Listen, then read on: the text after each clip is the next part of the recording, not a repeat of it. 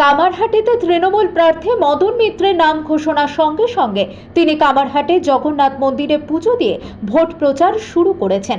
পুজোর পর দেওয়ালে নিজের নাম লিখে প্রচারণা পর্ব শুরু করেন মদন মিত্র। তিনি আশ্বাস দিয়েছেন, কামারহাটিতে যেসব উন্নয়ন বাকি রয়েছে সেগুলো তিনি সম্পূর্ণ করবেন। যে পশ্চিমবঙ্গের মানুষ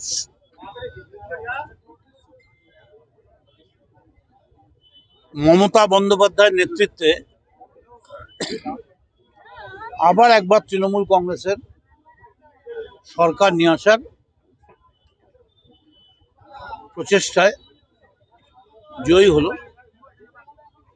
এবং এটা নিশ্চিত যে মমতা বন্দ্যোপাধ্যায় আবার মুখ্যমন্ত্রী হচ্ছেন। আমাকে প্রার্থী করার জন্য আমি মমতা বন্দ্যোপাধ্যায় এবং অভিষেক বন্দ্যোপাধ্যায় সহ দলের সমস্ত নেতৃত্বকে ধন্যবাদ, আমার আন্তরিক অভিনন্দন জানাচ্ছি। দলের যত কর্মী আছে সমস্ত কর্মীর কাছে আমার আবেদন, আপনারাই দলের সম্পদ, এমনভাবে ভোটটা করুন যাতে মানুষ বলে যে অন্যান্য পার্টিরা দাঁড়াবার দরকার নেই। এই যে গুন্ডা পার্টি একজন মহিলা মন্ত্রীর বাড়িতে ভাঙচুর করে দিল, রবীন্দ্রনাথকে কখনো তারা সান্যাল বলে ফেলছেন, মিছিল বেরিয়ে যাচ্ছে, নেতার সামনে পেছনের ল্যাজ দিয়ে বিদ্যাসাগরের মূর্তি ভেঙে দিচ্ছেন।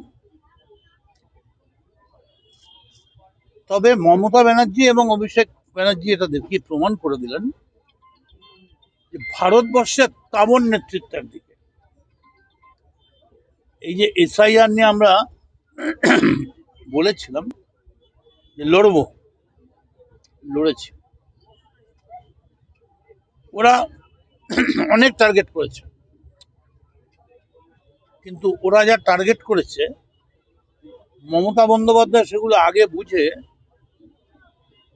ঠিক সেগুলোকে যেখানে যা বসাবার দাবার ঘুটির মতো বসিয়ে দিয়েছে।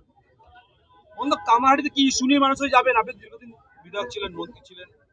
কামারহাটিতে এমনি ইস্যু বলতে তো সেরকম কিছু নেই। কামারহাটিতে মানুষের সঙ্গে আমাদের একটা যোগাযোগ রয়েছে। কামারহাটির মানুষ শান্তি চায়।